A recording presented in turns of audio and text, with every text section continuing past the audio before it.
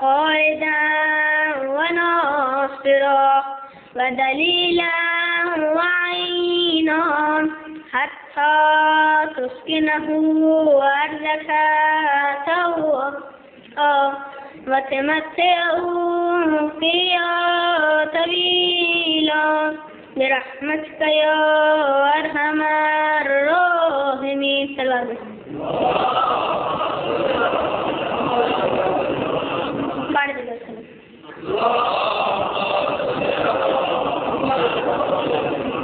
حضرت امام علی علیہ السلام ایک جگہ سے گزر رہے تھے تو سامنے دریا تھا.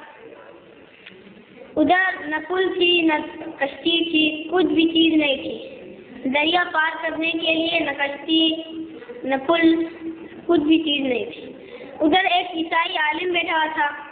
امام علی علیہ السلام نے اس عیسائی عالم سے پوچھا دریا پار کرنے کے لیے کوئی جگہ ہے؟ عیسائی عالم نے کہا ادھر نہیں ہے، پیچھے جانا پڑے گا اور لمبے راستے سے، وہاں پہ راستے میں پل ہوئے گی، ادھر سے گزرنا پڑے گا. امام علی علیہ السلام نے فرمایا میں خود بندوبست کرتا ہوں. صلوات پڑھیں.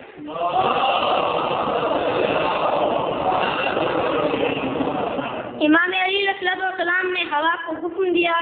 ہوا کے امام علی علیہ السلام کے قدموں کو چھوما اور امام علی علیہ السلام ہوا کے ذریعے سے دوسرے طرف پہنچ گئے.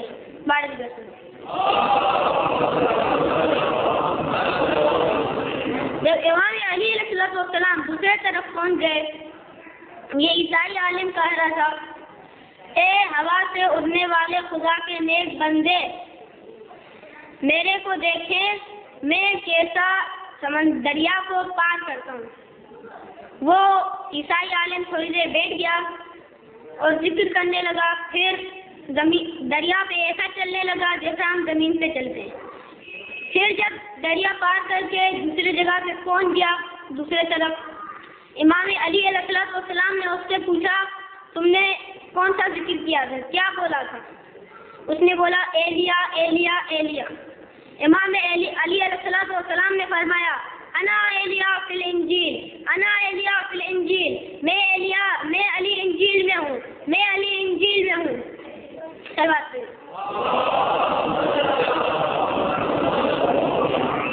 یہ عیسائی عالم کہنے لگا یا علی مجھے مسلمان بنائے، مجھے کلمہ سکھائے. یہ امام علی نے اسے کلمہ بتایا اور یہ کہنے لگا لا الہ الا اللہ محمد رسول اللہ علی ولی اللہ.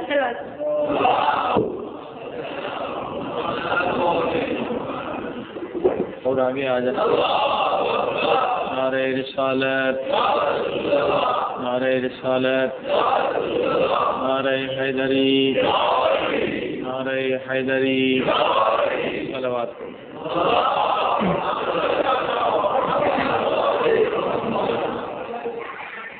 بسم اللہ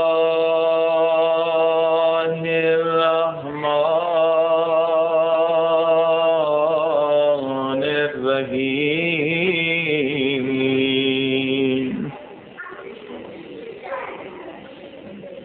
الحمد للہ رب العالمین.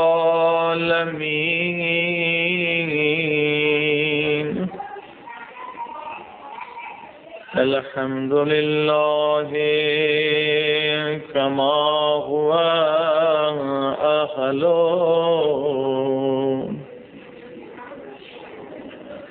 والصلاة والسلام على سید المرسلین وخاتم النبیین ابی القاسم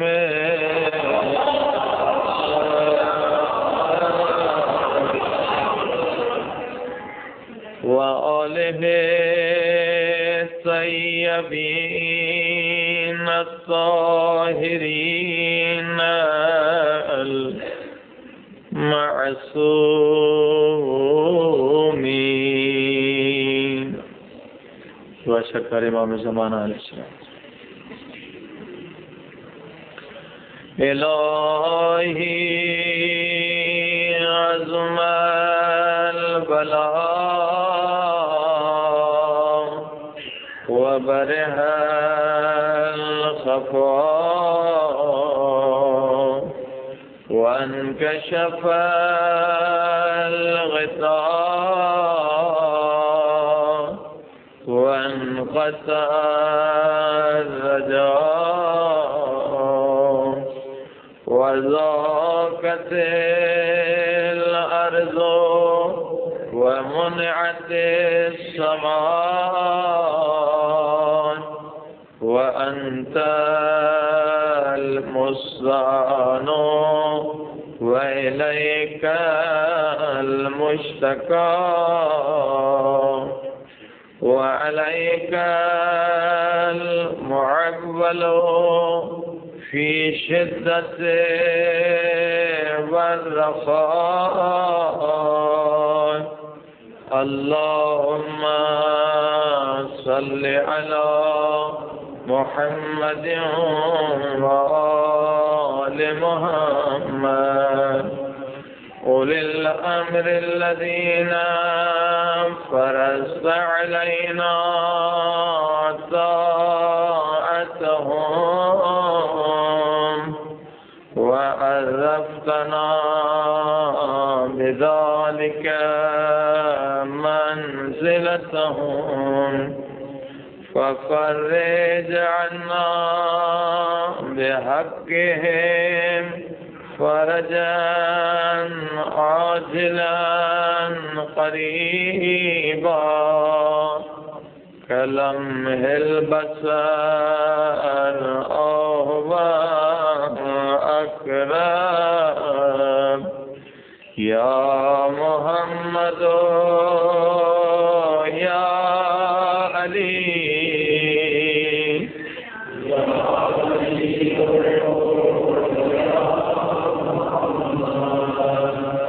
يا محمد يا علي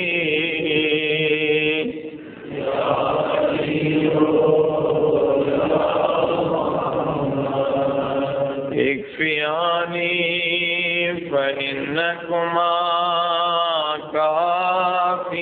كافيان وانصراني فإنكما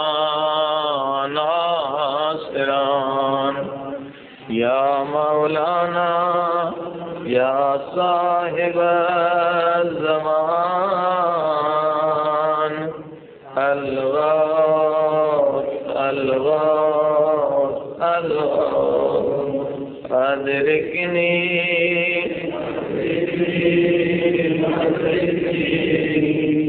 الساعة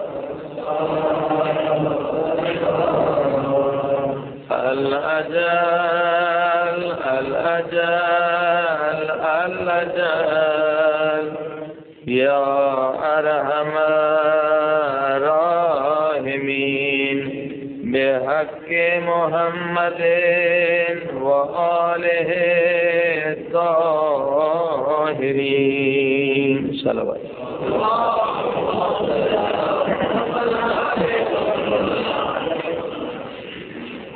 أما بعد فقد قال الله تبارك وتعالى في كتابه المجيد: بسم الله الرحمن الرحيم. يا أيها الذين آمنوا اتقوا الله وقولوا قولا سديدا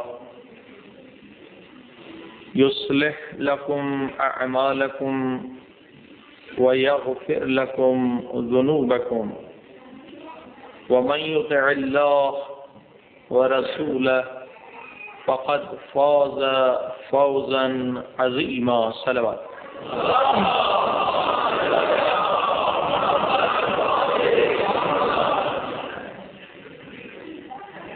عزیزان گرامی، سورہ مبارک احزاب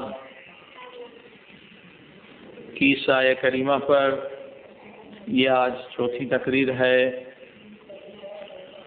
اللہ سبحانہ و تعالی ہمیں ایک اہم ترین مسئلے کی طرف متوجہ کر رہا ہے کہ اے میرے بندو، تم سب کامیابی چاہتے ہو، کوئی انسان دنیا میں ایسا نہیں ہے جو ناکامی چاہتا ہو، نامرادی چاہتا ہو، بدبختی چاہتا ہو۔ سبھی اللہ کے بندے کامیابی چاہتے ہیں کہ ہم دنیا میں کامیاب ہو جائیں۔ جو مسلمان ہے وہ کہتا ہے دنیا میں بھی کامیاب ہو جاؤں اور آخرت میں بھی کامیاب ہو جاؤں۔ تو قرآن کریم ہمیں متوجہ کر رہا ہے کہ اے انسانوں، اے مسلمانوں، آؤ تاکہ خدا کے کلام کے ذریعے سے تمہیں بتایا جائے کہ اصل کامیابی کیا ہے، عظیم کامیابی کیا ہے۔ جیسے میں نے پہلے بھی عرض کیا کہ اکثر لوگوں کا خیال یہ ہے کہ دولت زیادہ ہو جائے، لاکھ پتی کروڑ پتی بن جائیں تو ہم کامیاب ہیں، یا کچھ لوگ یہ کہتے ہیں اقتدار، حکومت مل جائے تو ہم کامیاب ہیں۔ کچھ لوگوں کا خیال ہے بہت بڑا کوئی مقام مل جائے، دنیا کے مشہور سائنسدان بن جائیں، ڈاکٹر بن جائیں، انجینئر بن جائیں، ایسا کوئی مقام حاصل کر لیں تو ہم عظیم کامیاب ہیں۔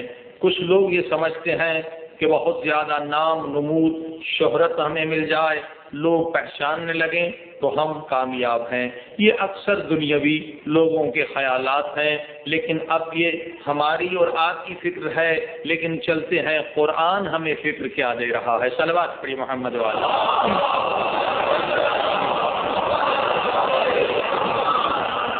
ظاہر ہے کہ فکر وہی صحیح ہے جو قرآن دے رہا ہے، فکر وہی حق ہے جو اہل بیت کی طرف سے مل رہی ہے، اور سرکار حضرت محمد مصطفیٰ صلی اللہ علیہ وسلم کی طرف سے جو عطا ہو رہی ہے وہی فکر حق ہے۔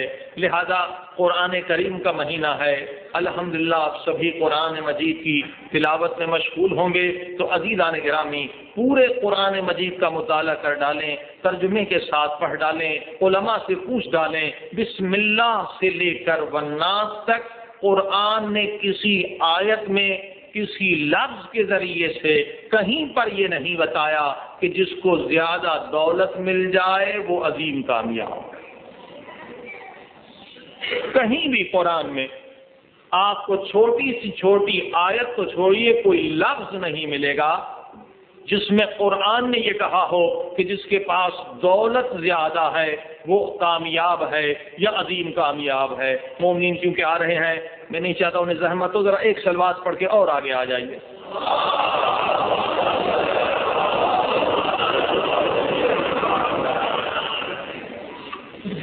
بارے دیگر سلوات۔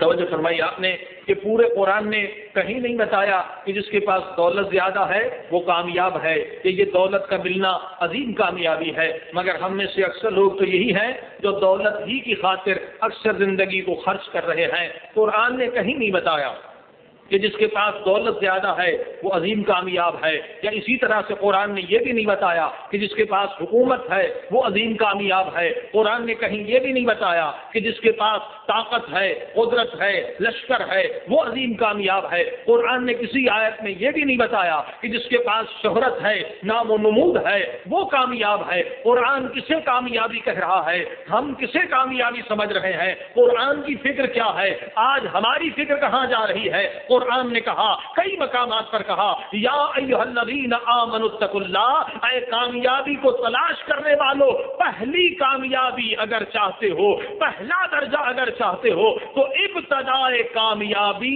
تقویٰ ہے، خدا اور رسول کی اطاعت۔ تب تک کوئی کامیاب نہیں جب تک خدا کی اطاعت نہ کرے اور اس کے رسول کی اطاعت نہ کرے۔ صلوات پڑھی محمد والے۔ اور پھر فرمایا یصلح لکم اعمالکم، جب تم پہلا قدم آگے بڑھاؤ گے تو خدا کہتا ہے میرے بندے تو ایک قدم آ، میں تیری طرف 10 قدم بڑھوں گا. اب خدا اس کا انعام دے گا. کیا انعام؟ تیرے اعمال کو خدا بہتر بنا دے گا. اور دوسرا انعام کیا؟ یغفر لکم ذنوبکم، خدا کہتا میں تیرے گناہوں کو بخش دوں گا. ومن یطع اللہ ورسولہ، اور تو نے اگر اطاعت کی میری اور میرے رسول کی، فقد فاز فوزا عظیما، تو یقیناً تو عظیم کامیابی کا مالک ہے. صلوات پڑھ محمد والے.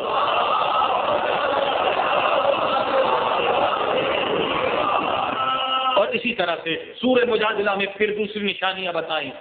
فرمایا یوم تری المؤمنین والمؤمنات یسعی نورہم بین ایدیہم وبایمانہم. عظیم کامیابی یہ ہے کہ جب مومن مرد اور مومن عورتیں قیامت کے دن قدم رکھیں گے تو ان کے چہروں سے نور نکل رہا ہوگا. یعنی یہ نور یہاں دنیا کے اعمال کا نتیجہ ہے. اگر کوئی دنیا میں نورانی اعمال انجام دے کر آیا ہے تو وہ عظیم کامیاب ہے. جس کے چہرے سے قیامت کے دن نور نکلے، قرآن نے اسے کامیاب کہا. یہ عظیم کامیابی ہے. فقد فاز فوزا عظیما. ایسے لوگوں کے لیے کہا جائے گا بشرا، آج تمہارے لیے بشارت ہے، آج جنت اور جنت کی نعمتیں تمہارے انتظار میں ہیں. صلوات پہ محمد والے.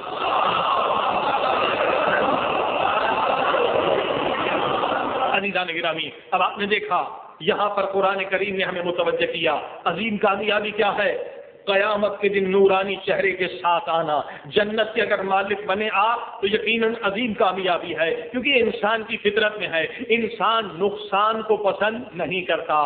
ہر ایک انسان نقصان سے بچنا چاہتا ہے. مثلا اگر آپ کو پتا چل جائے کہ کسی بیپار میں، کسی تجارت میں پہلے نفع ملے گا، ظاہراً مجھے $2,000 کا نفع ہے مگر اس کے بعد 10 ملین کا نقصان ہے، تو کوئی عقل مند بیپاری ایسی تجارت، ایسا کاروبار نہیں کرے گا. اے عزیزان گرامی، یہاں 2000 اور ملین کی بات نہیں ہے.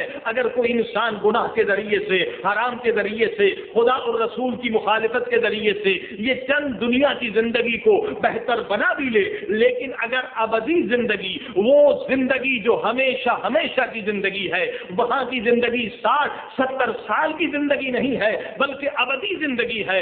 اگر کوئی اس دنیا کے لیے آخرت کو برباد کر دے تو دنیا والے تو اس کے بنگلے کو دیکھ کر، اس کی بڑی گاڑی کو دیکھ کر اسے کامیاب کہیں گے، مگر خدا اور اس کا رسول اسے ناکام اور نامراد کہیں گے. کہ جس نے دنیا کے لیے آخرت کو برباد کر دیا وہ ناکام اور نامراد ہے. گویا $2,000 کے لیے 2 ملین کا نقصان، یہ مثال بھی غلط ہے کیونکہ وہ ابدی زندگی ہے. اس نے اس 60-70 سال کی زندگی کے لیے ابدی زندگی کو برباد کر دیا. لہذا عظیم کامیابی اطاعت خدا، اطاعت رسول تقویٰ میں ہے. تقویٰ کیا ہے؟ امام جعفر صادق علیہ الصلوۃ والسلام ارواحنا لہ الفداء فرماتے ہیں تقویٰ یہ ہے کہ جہاں پر خدا نے حاضر ہونے کا حکم دیا ہے حاضر ہو جاؤ. جہاں پر جانے سے خدا نے روکا ہے رک جاؤ. حرام سے خدا نے روکا ہے رک جاؤ. نماز، روزہ، حج، زکوٰۃ، خمس کا حکم دیا ہے وہاں حاضر ہو جاؤ. اسی کا نام تقویٰ ہے. اور پھر کل آپ نے سنا والذین آمنوا، یہ سورہ توبہ، جو ایمان لے کر آئے یہ کامیاب ہیں اور رسول خدا کے ساتھ ہیں، رسول خدا کی اطاعت میں ساتھ ساتھ ہیں. وجاہدوا، اور جہاد کر رہے ہیں،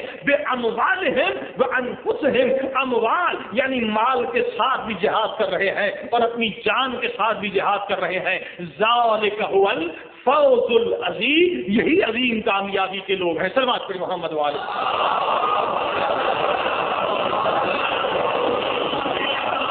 لہذا کائنات میں اگر کامیاب ترین انسان ہمیں دیکھنا ہے تو ایک نظر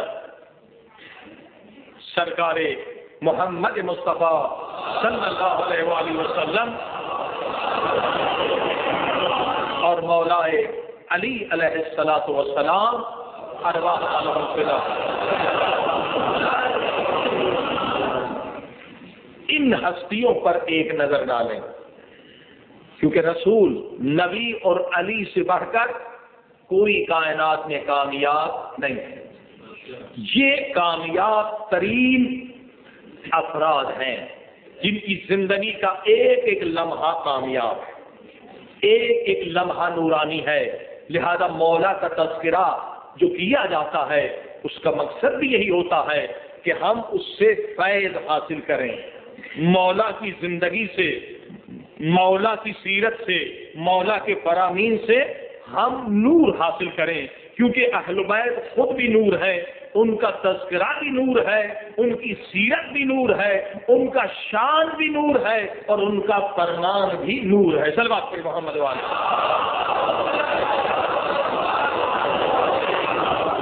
لہذا انشاءاللہ آج مولا علی کی زندگی کے کچھ حصوں کو بڑے غور و فکر سے دیکھا جائے گا کہ کس قدر میرے مولا علی کی زندگی نورانی، اور کس طرح سے ہم مولا علی کے ان نورانی لمحات سے فائدہ حاصل کریں۔ لیکن کیونکہ ایک ہی وقت میں 3 ٹاپکس پر گفتگو ہو رہی ہے، ایک عظیم کامیابی کیا ہے، اور دوسرا روزے کا اصل مقصد کیا ہے۔ میں نے عرض کیا روزے کا ایک مقصد تو یہ ہے کہ اس روزے کی بھوک اور پیاس کی وجہ سے انسان قیامت کی بھوک اور پیاس سے بچ جاتا ہے، خود کو قیامت کے عذاب سے بچاتا ہے۔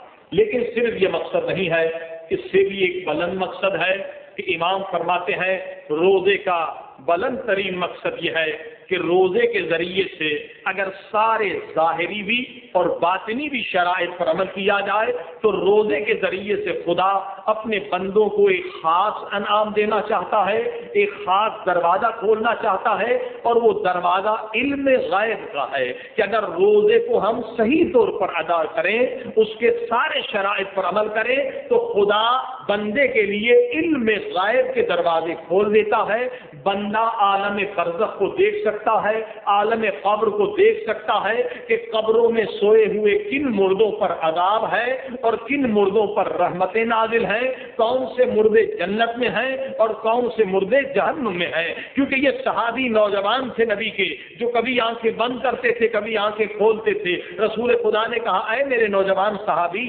تجھے کیا ہو گیا؟ کہا مجھے مقام یقین مل گیا۔ کہا مقام یقین کی نشانیاں ہیں، کوئی ایک نشانی تو بتا۔ کہا اللہ کے رسول میں جب بھی چاہوں تو قبروں میں سوئے ہوئے لوگوں کو دیکھ سکتا ہوں کہ کن پر عذاب ہو رہا ہے اور کن پر رحمتیں نازل ہو رہی ہیں۔ صلوات پر محمد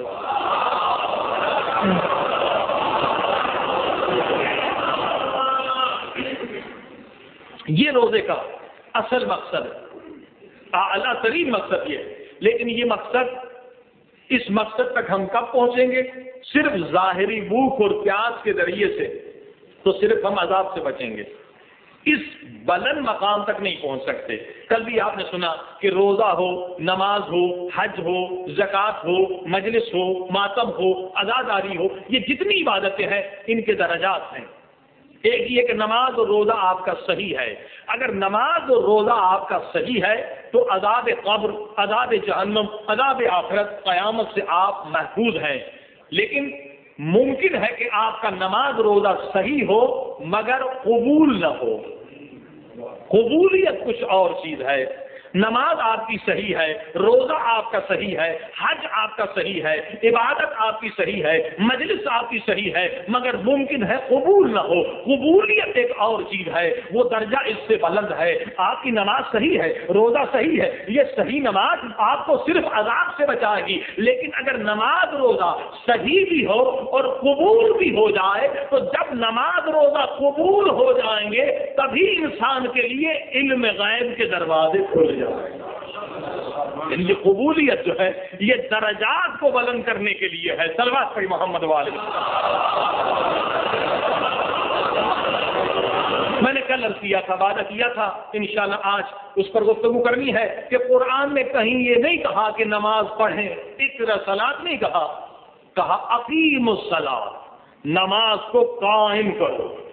یہ نہیں کہا کہ نماز پڑھو، نماز پڑھنا تو آسان ہے، 5-10 منٹ کا کام ہے، مگر اصل جو خدا ہم سے مطالبہ کر رہا ہے، خدا جو چاہ رہا ہے وہ ہے اقیم الصلاۃ۔ اقیم الصلاۃ یعنی نماز تمہاری قیام کی حالت میں ہو۔ قیام کیا ہے؟ کھڑا ہونا۔ تمہاری نماز قائم ہو، قیام کی حالت میں ہو۔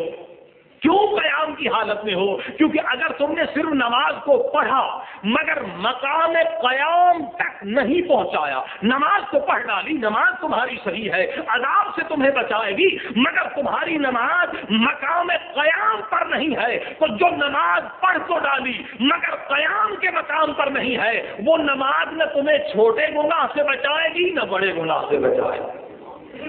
قرآن کہہ رہا ان الصلاۃ تنہا عن الفحشاء والمنکر، نماز ہر گناہ سے تمہیں بچائے گی، ہر بے حیائی کے کام سے بچا رہے۔ بس ہم نماز پڑھتے ہیں وہیں جھوٹ بولتے، نماز پڑھتے ہیں وہیں غصے میں آ جاتے ہیں، نماز پڑھتے ہیں وہیں جھگڑتے ہیں، نماز پڑھتے ہیں وہیں غیبت کرتے ہیں، کیونکہ نماز ہم پڑھ رہے ہیں ابھی قائم نہیں کی ہے۔ صلوات پڑھیے محمد والے۔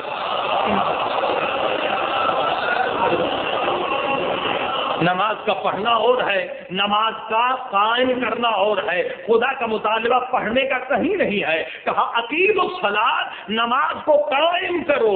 قیام یعنی کھڑا ہونا، یعنی یہ نماز جو تمہاری ہے یہ سوئی ہوئی نماز ہے، جو سوئی ہوئی نماز ہے وہ گناہ سے نہیں بچا سکتی۔ نماز کو حالت قیام میں ہونا چاہیے۔ نماز اگر قائم ہو گئی، اگر کھڑی ہو گئی، پھر تمہیں گناہ نہیں کرنے دے گی، پھر تمہاری آنکھ کو اجازت نہیں دے گی کہ کسی نامحرم کی طرف، حرام کی طرف سے دیکھو، پھر یہ نماز تمہیں، زبان تمہاری کو اجازت نہیں دے گی کہ کسی کو برا بھلا کہو، کسی سے حسد کرو، کسی کی غیبت کرو۔ نماز کو کھڑا ہونا چاہیے۔ عزیزان گرامی، مگر ایک نقطہ اسی میں عرض کروں، اقیموا الصلاۃ، یہاں آپ نے سنا ان الصلاۃ تنہا عن الفحشاء والمنکر، قرآن کی آیت ہے، نماز تمہیں ہر گناہ سے بچائے گی، روکے گی۔ اب اس کے بالکل اپوزٹ میں چلے جائیے، نماز تمہیں ہر گناہ سے بچائے گی، روکے گی، نماز گناہ سے روکے گی۔ تو جب نماز گناہ سے روکے گی تو گناہ بھی نماز سے روکے گا۔ یعنی اگر آپ دیکھیے بہت سارے لوگ نماز نہیں پڑھتے، یہ نہیں کہ وہ خود نہیں چاہتے نہیں پڑھیں، مگر یہ ان کے گناہ ہیں جو انہیں نماز پڑھنے نہیں دیتے، کیونکہ یہ اصول ہے۔ اگر آپ نے نماز پڑھی تو نماز آپ کو گناہ سے روکے گی، اگر آپ نے گناہ کیے تو یہ گناہ آپ کو نماز سے روکیں گے۔ بالکل اسی ہے نا جو 2+2 4 کی بات ہے، اگر آپ نے نماز پڑھی تو گناہ سے روکے گی، اگر آپ نے گناہ کیے تو آپ کو یہ گناہ نماز سے روکیں گے۔ لہذا تجربتاً یہ ثابت ہے جو لوگ چھوٹے چھوٹے گناہ کرتے ہیں ان کو نماز تہجد اور نماز شب کی توفیق نہیں ہوتی، جو بڑے بڑے گناہ کرتے ہیں انہیں نماز 5 وقت کے واجب کی توفیق نہیں ہوتی۔ صلوات پڑھی محمد والے۔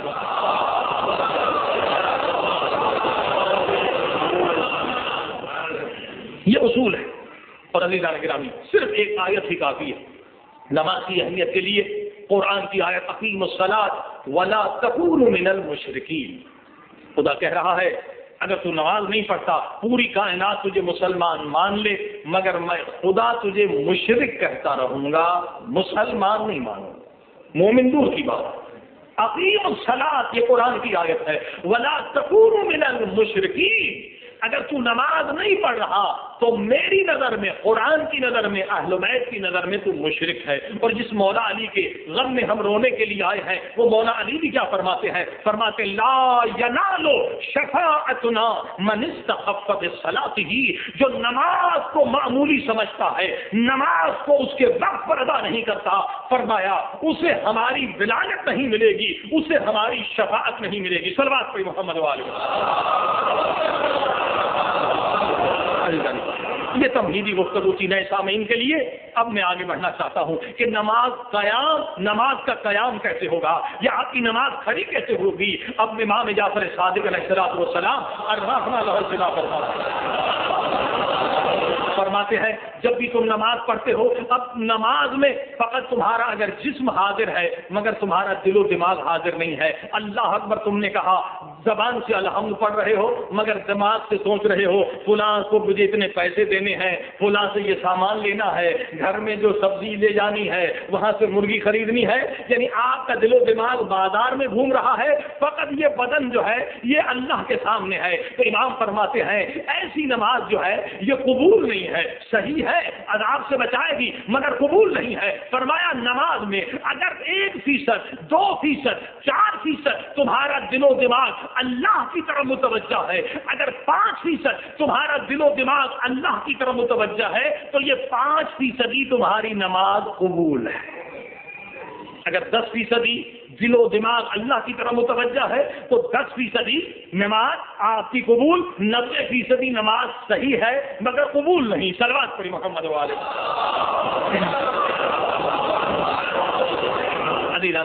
اب دیکھیے ہم مولا علی کے ماننے والے ہیں، ہماری نماز صرف صحیح نہیں ہونی چاہیے بلکہ قبول بھی ہونی چاہیے۔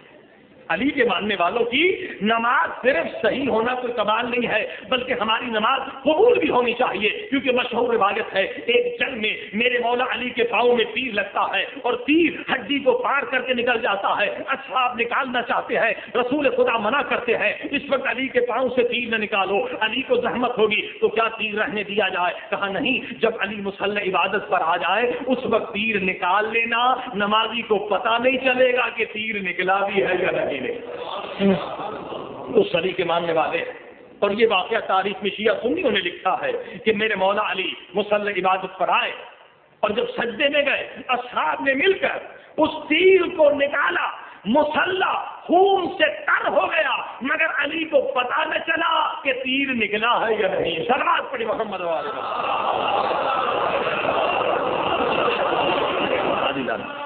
میرے مولا علی ہمارے امام، ہمارے آقا کی یہ نماز ہے کہ پاؤں سے تیر نکل جائے تو پتہ نہ چلے، تو اس منزل پر تو ہم پہنچ نہیں سکتے لیکن کم سے کم یہ منزل تو ہمیں حاصل کرنی چاہیے کہ ہمارے دل و دماغ نماز کے وقت کہیں ادھر ادھر بھٹکنے نہ پائیں تاکہ نماز ہماری قبول ہو جائے۔ صلوات پڑھی محمد والے۔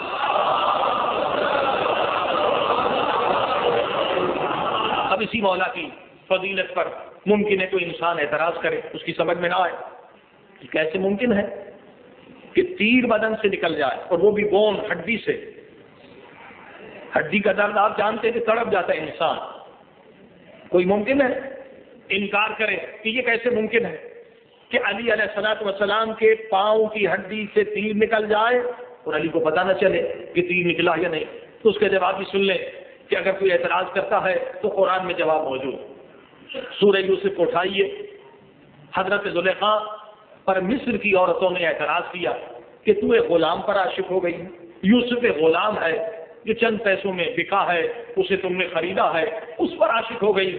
جب وہ تانے دینے لگی نے کہا ٹھیک ہے میں تم سے فقط ایک مطالبہ کرتی ہوں، پھر تم میرا مذاق اڑانا۔ کہا کیا مطالبہ؟ کہا یوسف کو تمہارے سامنے سے گزاروں گی، تمہارے ہاتھوں میں سیب اور چھری دے دوں گی، تم مجھے سیب کٹلا کر دکھا دینا، سیب کو کاٹ کر دکھا دینا۔ سب عورتوں نے کہا اس میں کیا کمال کی بات ہے، ہم 1000 سیب کاٹ سکتی ہیں۔ کہا ٹھیک ہے یہی میرا امتحان ہے۔ اب ادھر سے ہر ایک مصر کی عورت کے ہاتھ میں سیب اور چھری دی گئی، ادھر سے اللہ کے نبی کو گزارا گیا اور ادھر سے زلیخا نے اشارہ کیا کہ اب سیب کاٹ کر دکھاؤ۔ جیسے حضرت یوسف کے حسن کو دیکھا، یہ قرآن کا واقعہ ہے، قرآن کی آیت ہے، تفسیر قرآن ہے، شیعہ سنیوں نے لکھی ہے کہ جب اللہ کے نبی کے حسن کو دیکھا تو مصر کی عورتوں کو پتا نہ چلا کہ سیب کٹ رہا ہے یا انگلیاں کٹ رہی ہیں، پتا نہیں چلا کہ سیب کٹ رہا ہے یا انگلیاں کٹ رہی ہیں۔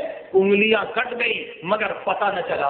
اس واقعے سے کوئی مسلمان انکار نہیں کر سکتا۔ عزیزان گرامی، وہ مصر کی عورتیں کافر تھیں اور کس کے حسن کو دیکھ رہی تھی؟ حضرت یوسف کے حسن کو دیکھ رہی تھی۔ کتنا بڑا فرق ہے، دیکھنے والی کافر عورتیں تھی، دیکھ کس کو رہی تھی؟ حضرت یوسف کے حسن کو دیکھ رہی تھی، اور یہاں پر دیکھنے والا کون ہے؟ دیکھنے والے علی ہے، یوسف کا حسن نہیں، خالق یوسف کا حسن دیکھ رہا ہے۔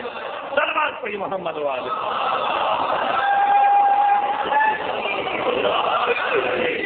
میرے مولا علی خالق یوسف کے حسن کو دیکھ رہے ہیں، لہذا کیسے پتا چلے کہ پاؤں سے تیر نکلا یا نہیں نکلا؟ حضرت علی علیہ الصلوۃ والسلام کی عبادت کا مقام اس قدر بلند ہے، اس قدر یہ محبوب بندے ہیں، اس قدر یہ عاشق خدا ہیں، اس قدر عشق خدا علی کہ بدن کے ایک ایک ذرے ذرے میں موجود ہے کہ ایسا عشق دنیا تلاش نہیں کر سکتی۔ اور کون جانتے ہیں علی کے مقام کو؟ یا خدا جانتے ہیں یا رسول خدا جانتے ہیں؟ میرے مولا علی آتے ہیں ایک دن دعا کے لیے، اللہ کے رسول میرے لیے دعا فرمائیں۔ خصوصاً خاص شبوں میں دیکھیے یہ حکم ہے کہ دعا مانگا کریں، بزرگوں کے ہاں جایا کریں۔ رسول خدا بزرگ تھے، نبی تھے، مولا تھے، آقا تھے، حضرت علی علیہ السلام آتے ہیں، کہتے میرے لیے دعا فرمائیے۔ رسول خدا دعا کے لیے ہاتھ بلند کرتے ہیں، فرماتے ہیں اللہم ارحم علی علی بحق علی، پروردگار علی پر رحم فرما علی کے صدقے میں۔ مولا علی پوچھتے ہیں اللہ کے رسول میرے لیے دعا مانگ رہے ہیں اور میرا واسطہ کیوں دے رہے ہیں؟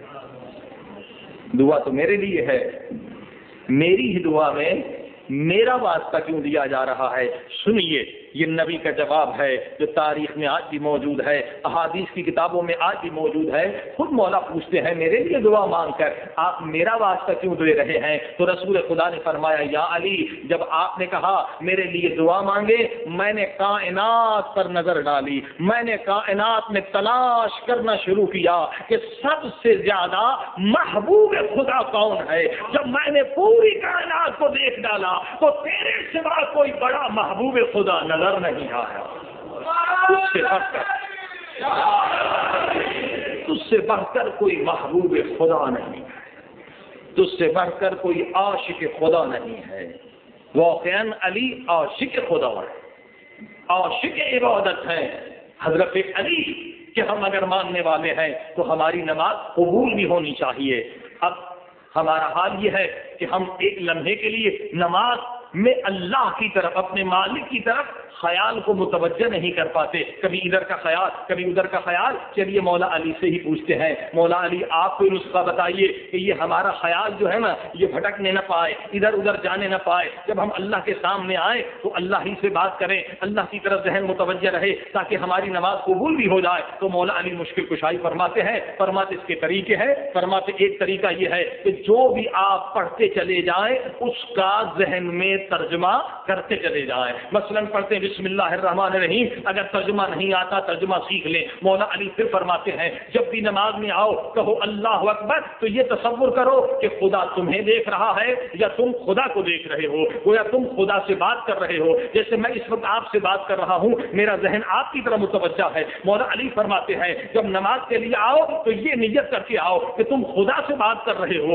جب خدا سے بات کر رہے ہو تو جو بات کر رہے ہو اس کا ترجمہ آنا چاہیے۔ مولا فرماتے پڑھتے جاؤ، دل میں ترجمہ دہراتے جاؤ، ذہن نہیں بھٹکے گا۔ کس طرح؟ کہو بسم اللہ الرحمن الرحیم، ترجمہ کرو پروردگار تیرے نام سے شروع کرتا ہوں، تو رحمان بھی ہے تو رحیم بھی ہے۔ پھر کہو الحمدللہ رب العالمین، پروردگار تو عالمین کا رب ہے اور اس پورے عالمین میں میری حیثیت ایک ذرے کے برابر بھی نہیں ہے۔ الرحمن الرحیم، پروردگار یہ تیری رحمت ہے، یہ تو رحیم ہے کہ تو نے اس گنہگار کو مہلت دی ہے، ورنہ میں تو اس کا مستحق تھا، اتنے میں نے گناہ کیے، تو نے مجھے ختم کر دینا ہوتا۔ پھر کہنا ہے الرحمن الرحیم مالک یوم الدین ایاک نعبد و ایاک نستعین، پروردگار میں تیرا بندہ ہوں، میں تجھ سے مدد مانگتا ہوں، تو قیامت کے دن مالک یوم الدین، قیامت کے دن کا مالک ہے۔ پروردگار قیامت کے دن کچھ لوگ حیوانوں کی شکل میں آئیں گے اپنے گناہوں کی وجہ سے، کچھ سیاہ کالے چہروں سے آئیں گے۔ پروردگار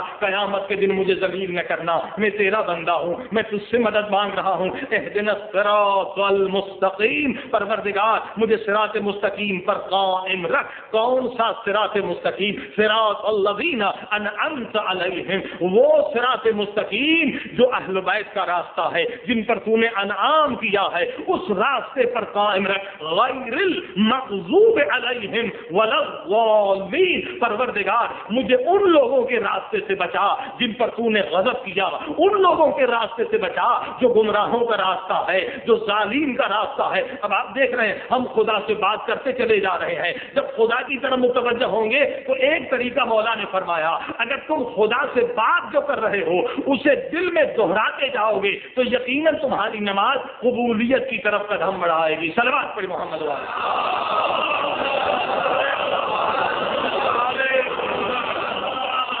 لہذا یہ ایک طریقہ میرے مولا علی کی طرف سے ملا۔ اور اسی طرح سے ایک طریقہ سرکاری حضرت محمد مصطفیٰ صلی اللہ علیہ وسلم، رسول خدا سے سوال کیا گیا، نماز پڑھتے ہیں، ادھر کا خیال، بازار کا خیال، گھر کا خیال، بچوں کا خیال، اب ہماری نماز صحیح تو ہے مگر قبول نہیں ہے۔ نماز صحیح صرف عذاب سے بچائے گی، مگر نماز قبول قبر میں بھی نور بنے گی اور قیامت میں بھی نور بنے گی۔ عذاب سے صرف نہیں بچائے گی بلکہ اس کے فوائد زیادہ ہیں۔ کیا کیا جائے؟ رسول خدا نے فرمایا جب بھی نماز پڑھو تو اس نیت سے پڑھو کہ یہ میری زندگی کی آخری نماز۔ واقعی آپ عمل کر کے دیکھیے، اس نیت سے نماز پڑھیں، بہت سارے خیالات شیطانی ادھر ادھر کے وسوسے ختم ہو جائیں گے۔ یہ سمجھ لو کہ یہ آخری نماز ہے۔ پھر ہمارے پیارے رسول خدا فرماتے ہیں جب کہو اللہ اکبر تو چاروں طرف سے ایک حصار، ایک باؤنڈری، ایک دیوار کھڑی کرو تاکہ شیطان تمہارے اندر آئے نہیں، تمہیں وسوسہ نہ کرے۔ کس طرح سے؟ اللہ کے رسول فرماتے ہیں یہ سمجھو، یہ تصور کرو کہ تمہارے پیچھے ملک الموت کھڑے ہیں، تم نے نماز ختم کی، وہ تمہاری روح کو قبض کرے گا۔ فرمایا یہ سمجھو یہ جو مصلی ہے جس پر تم کھڑے ہو، یہ مصلی نہیں ہے، یہ پل صراط ہے۔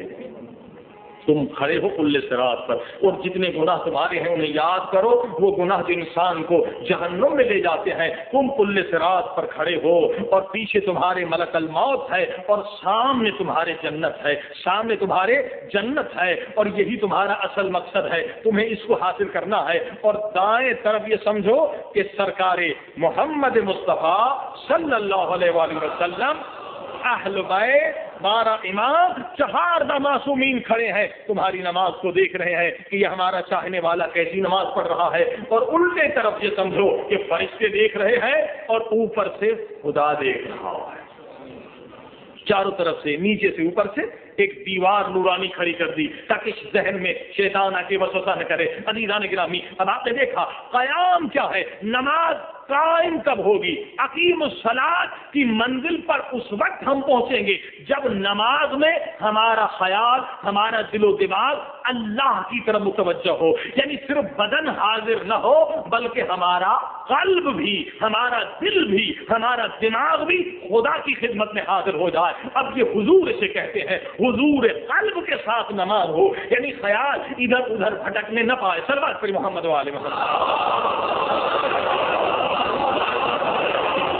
اب اس کے لیے اور بھی اسرار سے واقف ہوتے چلے جائیں گے، نماز شیرین بنتی جائے گی۔ کل میں نے عرض کیا کہ اخروٹ کا اوپر کا چھلکا کوئی کھا سکتا ہے؟ بڑی سخت ہے، بڑی سخت بات ہے، کیونکہ چھلکا نہیں کھایا جا سکتا۔ نماز کا بھی ظاہر جو ہے وہ سخت ہے، اسی لیے لوگ نہیں پڑھتے، لیکن اگر اسی چھلکے کو توڑ کر آپ اندر جائیں گے تو بڑا ہی بہترین اخروٹ ہے، مرض ہے۔ نماز بھی ایسے، یہ اٹھنا بیٹھنا یہ نماز کا ظاہری ہے۔ یہ ظاہری نماز سے مزہ نہیں آئے گا جب تک کہ ہم باطن تک، نماز کے اندر تک نہ پہنچے۔ اب یہ قیام کیا ہے، یہ رکوع کیا ہے، یہ سجدے کیا ہے، سب میں راز ہیں، سب میں پیغام ہے۔ اہل بیت نے سکھائے ہیں، معصومین نے بتایا، فرمایا یہ جو اللہ اکبر کر کے کھڑے ہو جاتے ہو، یہ قیام یعنی کھڑا ہونا۔ یہ جب کھڑے ہوتے ہو نا، یہ نماز میں جب کھڑے ہوتے ہو، اس کھڑے ہونے کے ساتھ قیامت کے کھڑے ہونے کو یاد کرو۔ اس لیے یہ قیامت کے کھڑے ہونے کو یاد کرو کہ فی یوم کان مقدارہ 50,000 سنۃ، بجائے اس کے کہ شیطان تمہیں بازار میں لے جائے، گھر میں لے جائے، اسکول میں لے جائے، تجارت میں لے جائے، اپنے ذہن کو سمجھانے کے لیے یہ جو میں کھڑا ہوں نماز میں، یہ وہ دن جو 50,000 سال کے برابر ہے، جس دن ماں بیٹے سے دور بھاگے گی، اس کھڑے ہونے کو یاد کرو۔ اللہ اکبر۔ رکوع کیا ہے؟ فرمایا اب ہم کھڑے ہوئے تو قیامت کے دن کھڑے ہو کر کیا کریں گے؟ ایک ایک گناہ کا حساب دیں گے نا، یعنی اپنے گناہوں کو یاد کرو، گریہ کرنے کی کوشش کرو۔ نماز میں اگر کوئی گریہ کرتا ہے، بلند ترین اس کا مقام ہے، اس کے لیے بخشش ہے۔ اب گناہوں کو، اپنے حساب کو دیکھا تو اب اتنے سارے گناہوں کو دیکھا تو کیا ہوا؟ شرم آ گئی، ہم نے سر جھکایا اور رکوع میں چلے گئے کہ پروردگار میں نے جب اپنے گناہوں کو دیکھا، اعمال نامے کو دیکھا تو مجھ میں طاقت نہیں ہے کہ تیرے سامنے کھڑا ہو سکوں، لہذا میں رکوع میں جھک گیا ہوں۔ لیکن مولا علی اس کا ایک اور راز بھی بتاتے ہیں، فرماتے رکوع کیا ہے؟ جب انسان رکوع میں کھڑا ہوتا ہے، کہا قرآن نے وَارْكَعُوا مَعَ الرَّاكِعِينَ، رکوع کرنے والوں کے ساتھ رکوع کرو۔ یہ رکوع کرنے والے کون ہیں؟ مولا فرماتے رکوع کی حقیقت یہ ہے کہ پروردگار یہ سر تیری راہ میں کٹنے کے لیے تیار ہے۔ اہل رکوع یہ ہے، جن کے ساتھ رکوع کرنے کا حکم ہے کہ پروردگار یہ گردن تیرے لیے حاضر ہے، یہ جان تیرے لیے حاضر ہے۔ اب امام علی فرماتے ہیں رکوع ایک سجدے دو کیوں ہیں؟ سجدہ بھی ایک ہونا چاہیے۔ فرمایا نہیں، اس میں بھی خدا درس دیتا ہے، ایک درس ہے، ایک عبرت ہے، ایک راز ہے، ایک رمز ہے۔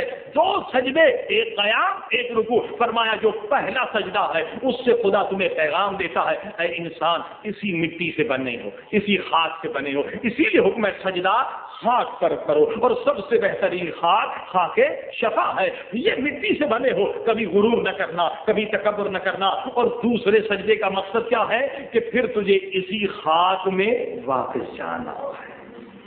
یہ دو سجدے کا پیغام، خاک سے بنے ہو غرور نہ کرنا، اور پھر مٹی کے منوں کے نیچے ایک دن چھپ جاؤ گے۔ بڑے بڑے بادشاہ چھپ گئے، بڑے بڑے فرعون ختم ہو گئے۔ کبھی غرور نہ کرنا، کسی شے پر غرور نہ کرنا۔ دو سجدے، اس کا یہ پیغام ہے۔ اب آپ نے دیکھا اس طرح سے نماز اللہ کی طرف متوجہ ہو جائے گا بندہ۔ یہ نہیں کہ کچھ پتا نہیں کیا پڑھ رہے ہیں، کچھ پتا نہیں کس سے بات کر رہے ہیں۔ یہ نماز صحیح ہے، عذاب سے بچائے گی، مگر یہ نماز وہ مقام نہیں دے گی جو مقام ہم چاہتے ہیں کہ اس روزے نماز کے ذریعے سے خدا علم غیب ہمیں عطا کرے۔ جیسے کل آپ نے سنا کہ ہماری آنکھ تو ہے مگر ہماری آنکھ حیوانی ہے۔ اگر نور خدا مل جائے تو ہمیں وہ آنکھ مل سکتی ہے، اس روح کے ذریعے سے وہ آنکھ مل سکتی ہے کہ ہم عالم برزخ کو دیکھ سکتے ہیں، ہم عالم قبور کو دیکھ سکتے ہیں۔ اسی طرح سے ہمارے کان بھی حیوانی ہیں، ہمارے کان جس طرح حیوان سنتے ہیں بس وہیں تک محدود ہے، لیکن اگر نماز میں صحیح مقام مل جائے، روزے کے صحیح شرائط بجا لائیں تو یہی کان ہمارے حیوانی نہیں رہیں گے بلکہ نورانی بن جائیں گے۔ زبان کا چکھنا فقط ہمارا سونگنا حیوان کی طرح سونگنا ہے۔ میں نے عرض کیا کہ یہ طاقتیں کیسے ملتی ہیں؟ نور الہی کے ذریعے سے۔ کل میں نے عرض کیا تھا آنکھ دیکھنے کی صلاحیت ہے، لیکن اگر لائٹ نہ ہو، اگر سورج نہ ہو آپ دیکھ نہیں سکتے۔ نور کے اندر بھی قبر اور اہل قبور کو دیکھنے کی صلاحیت ہے، لیکن دیکھ نہیں سکتا جب تک کہ نور الہی نہ مل جائے۔ صلوات پڑھیں محمد والا۔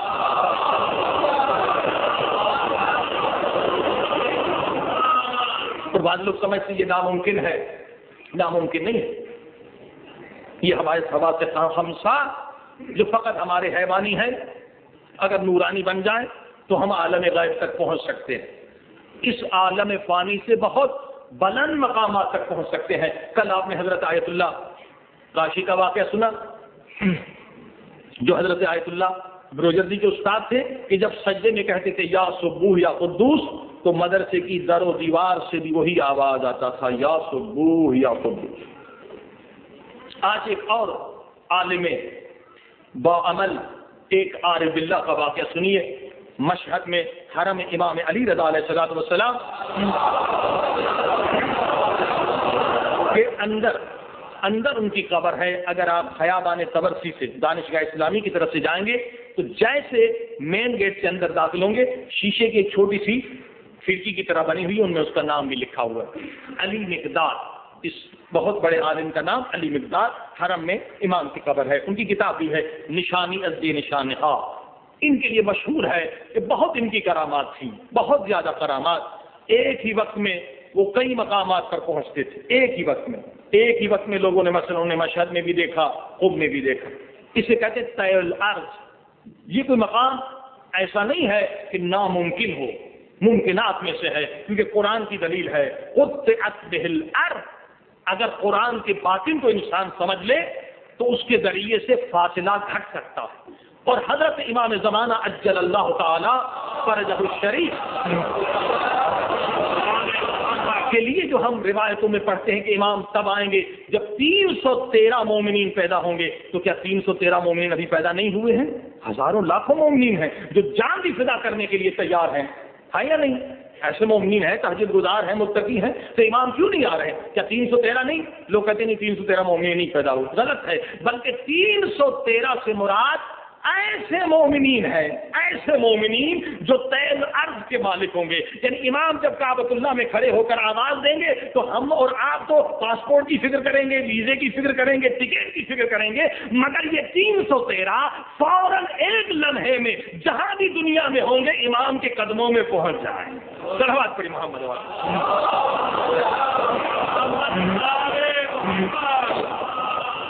لہذا یہ امام کے غلاموں کا مقام ہے، امام کا مقام اس سے بلند ہے. اور آج بھی قم شریف، قم مقدسہ میں حضرت آیت اللہ بہجت ایک بہت ہی صاحبان کرامت مراج علماء میں سے ہے. خود ان کے ایک دو شاگردوں کے لیے مشہور ہے. کئی علماء طالب علموں نے کہا، ایک دو ان کے شاگرد خاص ہیں، کہتے ہیں کہ ان کو ایک ہی وقت میں بعض لوگوں نے مشہد میں دیکھا اور اسی وقت میں بعض لوگوں نے انہیں قم میں دیکھا. وہ بھی علماء کی گواہی، وہ زندہ بھی ہیں، آج بھی موجود ہے. تو ایسے افراد موجود ہیں. تو یہ عرض کر رہا تھا سید علی مقداد، یہ عالم دین صاحب کرامت کے مشہور تھا، ان کے لیے طے درد تھا. اور وہ کہتے ہیں مجھے یہ مقام کیسے ملا. اپنی کتاب میں لکھتے ہیں یہ مقام جو میں نے حاصل کیا، فرماتے 3 چیزوں کے ذریعے سے. ایک، نماز میں حضور قلب، کہ ایک لمحے کے لیے بھی نماز میں ذہن ادھر ادھر نہ جانے پا. کہا یہ مقام نماز میں حضور قلب. اور دوسرا، ہمیشہ قلب کے ساتھ، زبان کے ساتھ ذکر پروردگار میں مشغول رہنا. اور تیسرا، ایک ذرہ حرام سے بھی اپنے بطن پیٹ کو محفوظ رکھنا. یہ 3 چیزیں، کہ یہ 3 چیزوں میں اگر کوئی کامیاب ہو جائے خدا اس کے لیے یہ مقامات عطا فرماتا ہے. اب ان کے چاہنے والے شاگرد کہتے ہیں سفر میں مشغول تھے، ایک جگہ سے جا رہے تھے، راستے میں گاؤں آیا، چاہنے والے مومن تھے، انہوں نے بہت ہی اصرار کیا آئیے ہمارے ہاں کھانا کھائیے. بہت ہی اصرار کے بعد آئے. انہوں نے کہا غذا آپ کی صحیح ہے، دہی اور روٹی لے کر آئے. کہا یہ صحیح ہے؟ کہا کہیں ایسا تو نہیں کہ تمہاری گائے نے کسی اور کی زمین میں جا کر گھاس کھایا ہو بغیر اجازت کے، تو بھی تیری غذا میں اشکال ہے. کہا نہیں، میں نے اس کو باندھ رکھا تھا اور رات کو یہ کہیں نہیں گئی تھی. اب کہا وہ لقمہ حضرت سید علی مقداد صاحب اس دہی کا اٹھاتے ہیں اور جیسے منہ کے قریب لاتے ہیں لقمے کو پھینک دیتے. کہتے تو مجھ سے جھوٹ بول رہا ہے، تو مجھ سے جھوٹ بول رہا ہے. یہ تیری گائے رات کو ہمسائے کی زمین میں گئی تھی اور پوری رات بغیر اجازت کے اس کا گھاس کھاتی رہی ہے، اور تو اس سے بننے والی دہی کو مجھے کھلا رہا ہے تاکہ میری عبادت میں نقصان ہو، میری تقویٰ میں نقصان ہو. اب آپ نے دیکھا ہمیں 1000 حرام کھلایا جائے ہمیں پتہ نہیں چلے گا کہ اس میں حلال ہے یا حرام ہے، مگر تقویٰ کا نتیجہ یہ ہے کہ جیسے سونگھنے کی ہمارے پاس فقط حیوانی حص ہے، مگر ان لوگوں کے اندر یہ صاحبان کرامت علماء ایک دوسری حص پیدا ہو جاتی ہے، ایک سونگھنے کی دوسری طاقت پیدا ہو جاتی ہے کہ جیسے وہ لقمے کو قریب لے جاتے ہیں انہیں پتہ چلتا ہے یہ حلال ہے یا حرام ہے. سرکار پہ محمد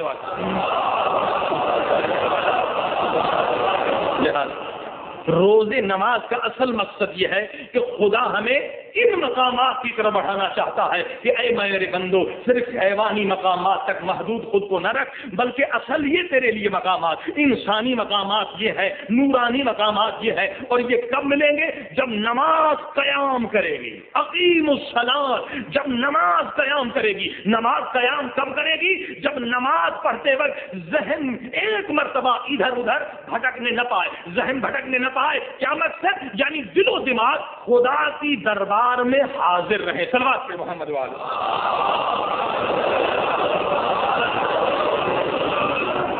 دل و دماغ خدا کی دربار میں حاضر رہے، تو یہ ہے نماز کا مقصد. تو کیا نماز تک؟ نہیں، نماز کے بعد بھی اب ہم نے یہ درس حاصل کیا. درس کیا حاصل کیا؟ کہ ہم خدا کی دربار ہیں. یعنی اب نماز ختم ہو گئی، اب دل و دماغ کو خدا سے دور کر لیں؟ نہیں عزیزان گرامی، ذکر کا مقصد یہی ہے. یا ایھا الذین آمنوا اذکروا اللہ ذکرا کثیرا. اے میرے بندے زیادہ سے زیادہ میرا ذکر کیا کرو. ذکر کا کیا مقصد؟ صرف زبان سے ذکر کرتے رہے؟ فرمایا نہیں، بلکہ ذکر کا مقصد یہ ہے کہ جس طرح نماز صرف فقط زبانی نماز پڑھنے سے اتنا فائدہ نہیں ملے گا جتنا حضور قلب کے ساتھ، کہ قلب بھی اللہ کی طرف متوجہ ہو. اسی طرح سے ذکر کے لیے بھی وہی شرط ہے کہ جب ہم ذکر کرتے ہیں یا اللہ کہتے ہیں، استغفر اللہ کہتے ہیں، زبان کہہ رہی ہے استغفر اللہ، آنکھوں سے پہلے حرام ہو رہا ہے، زبان کہہ رہی ہے استغفر اللہ اور ٹی وی پر گندی فلمیں دیکھ رہا ہے، اس زبان زبانی ذکر کا اتنا فائدہ نہیں ہوگا، فائدہ ہوگا مگر اصل اس وقت فائدہ ہوگا جب انسان ذکر بھی کرتا رہے اور اسی کے ساتھ قلب بھی اللہ کی طرف متوجہ ہو. یہ ہے نماز کا قیام ہونا. یعنی اب آپ بازار میں آ گئے تو بھی خود کو خدا کی دربار میں سمجھ رہے ہیں، گھر میں آ گئے تو بھی خود کو خدا کی دربار میں سمجھ رہے ہیں، دفتر میں چلے گئے تو بھی خود کو خدا کی دربار میں سمجھ رہے ہیں. انسان گناہ اس وقت کرتا ہے، گناہ یا بے حیائی کا کام اس وقت کرتا ہے جب انسان خدا سے غافل ہو جاتا ہے. حتیٰ کہ ایک چھوٹا بچہ بھی ہمیں دیکھ رہا ہے تو ہمیں حیا آتی. بے حیا انسان کب بنتا ہے؟ جب سمجھتا مجھے کوئی نہیں دیکھ رہا. گناہ تبھی کرتا ہے انسان غافل ہو جائے. یعنی یہ حضور اگر یہ دل میں پیدا ہو جائے جو خدا کے حضور میں ہوں، اہل بیت کے حضور میں ہوں، امام زمانہ کے حضور میں ہوں، تو یہ حضور مجھے گناہ کرنے نہیں دے گا. انسان گناہ اس وقت کرتا ہے جب حضور کی حالت ختم ہو جائے، غفلت آ جائے، انسان غافل ہو جائے، اسی وقت گناہ کرتا ہے. اسی لیے خدا نے کہا الم یعلم ان اللہ یرا، اے میرے بندے کیا تجھے نہیں معلوم تیرا رب تجھے دیکھ رہا ہے، جہاں بھی ہے تجھے خدا دیکھ رہا ہے. اب سنی معصوم کی روایت بہت نورانی، آج کے مجلس کا نتیجہ دے رہا ہوں. حضرت امام جعفر صادق علیہ السلام فرماتے ہیں اگر کوئی بندہ اس طرح سے ذکر کرتا رہے کہ اس کا دل و دماغ ہمیشہ یہ خیال رہے کہ خدا مجھے دیکھ رہا ہے، یعنی خدا کی طرف متوجہ ہو، اس کا خیال خدا کی طرف متوجہ ہو، جہاں بھی چلا جائے کوئی بھی ذکر کرے، لا الہ الا اللہ کا ذکر کرے، استغفر اللہ کا ذکر کرے، کوئی قرآن کی آیت پڑھتا رہے، کسی ذکر میں مشغول رہے. مگر شرط یہ ہے کہ چاہے زبان بھی نہ ہلائے. یہاں تک موجود زبان ہلانے کی بھی شرط نہیں ہے، ذکر قلبی بھی ہو سکتا ہے. کیسے؟ فقط قلب آپ کا متوجہ ہو، حتیٰ کہ ہونٹ بھی نہ ہلے، زبان بھی نہ ہلے، فقط آپ کا دل متوجہ ہو کہ خدا کی دربار میں ہوں، خدا مجھے دیکھ رہا ہے. عزیزان گرامی، یہی تصور آپ کو با ادب بنا دے گا. انسان گناہ تب کرتا ہے جب بے ادب ہوتا ہے، جب با ادب ہو جائے تو گناہ نہیں کرتا. اب سنیے معصومین، بہت سارے معصومین سے روایت ہے. میں نے ایک امام کا نام دیا، فرمایا اگر یہ حالت پیدا ہو جائے کہ انسان بازار میں، گھر میں زبان نہ ہلائے، ہونٹ نہ ہلائے، مگر تصور یہ ہو کہ خدا مجھے دیکھ رہا ہے، میں خدا کی دربار میں ہوں، فرمایا اس حالت میں اگر کسی کو موت آ جائے تو اس کی موت شہادت کی موت. اللہ، اس کی موت شہادت کی موت. اب آپ کہیں گے اس نے کون سا تیر چلایا، کون سا تیر چلایا، کون سا زخم اٹھایا؟ فقط ذہن اللہ کی طرف متوجہ ہو جائے کہ خدا کی دربار میں ہوں تو شہید. جی عزیزان گرامی، شہید ہونا آسان ہے مگر یہ کام مشکل ہے. رسول خدا حضرت محمد مصطفیٰ صلی اللہ علیہ وآلہ وسلم ارواحنا لہ الفدا فرماتے ہیں دو رکعت کوئی نماز اس طرح سے پڑھ کر دکھائے، 2 رکعت فقط، 2 رکعت کوئی نماز اس طرح سے پڑھ کر دکھائے کہ کہیں کا خیال نہ آئے، فقط بندہ خدا کی طرف متوجہ ہو. رسول خدا فرماتے ہیں میں ضمانت دیتا ہوں اس کی نماز ختم ہوگی ادھر سے اس کے سارے گناہ بخش دیے گا، اس پر جنت واجب ہو جائے. اب آپ کوشش کر کے دیکھیے کہ 2 رکعت نماز اس طرح سے پڑھیں کہ کوئی خیال نہ آنے پائے. یہ بہت مشکل ہے، بہت مشکل ہے، کیونکہ خیال، اکثر لوگ جو ہیں خیال کے غلام ہیں، خیال کے غلام ہیں. خیال پر کنٹرول جو حاصل کر لے وہی ولی خدا بن جاتا ہے، وہی صاحب کرامت بن جاتا ہے. اکثر جو ہم لوگ ہیں ہم اپنے خیال کے غلام ہیں. ہم نے ابھی تک اپنے خیال کو غلام نہیں بنایا، خیال پر کنٹرول نہیں حاصل کیا. جہاں خیال ہمارے تابع ہو جائے وہیں ہم نے شیطان کو بھی قیدی بنا لیا اور نفس امارہ کو بھی قیدی بنایا.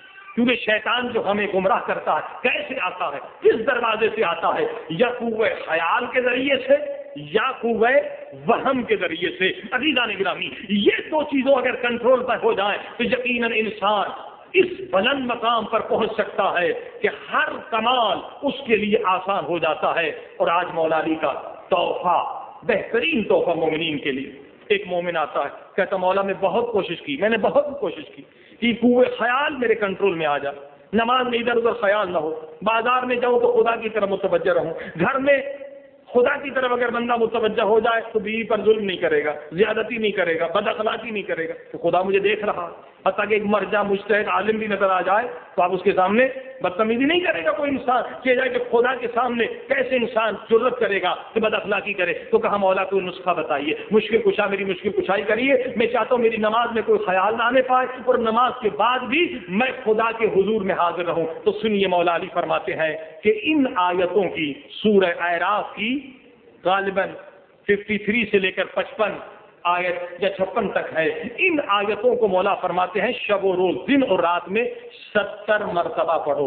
ان ربکم اللہ الذی خلق السماوات والارض فی 6 ایام ثم استوى علی العرش یغشی اللیل النہار یطلبہ حثیثا والشمس والقمر والنجوم مسخرات بامرہ. کیا ترجمہ؟ پروردگار یہ سورج, یہ چاند, یہ ستارے, یہ سب تیرے حکم کے سامنے مسخر ہے, تو اس نفس امارہ کو بھی مسخر کر دے, اس میرے خیال کو بھی مسخر کر دے. محسنین تک ان 3 آیتوں کا ورد کرتا رہے بندہ 70 مرتبہ. مولا کہتے تمہارا خیال تمہارے تابع ہو جائے گا. جس کا خیال اور اس کا وہم اس کے تابع ہو گیا, اس نے شیطان کو بھی غلام بنا دیا, شیطان کو بھی قیدی بنا دیا اور نفس کو بھی قیدی بنایا. کیونکہ انسان گناہ بعد میں کرتا ہے, پہلے گناہ کا خیال آتا, پہلے گناہ کا خیال آتا. بس عزیزان گرامی, کل بھی میں نے عرض کیا تھا کہ قرآن کے ذریعے سے ہر مرض کا علاج تلاش کیا جا سکتا ہے.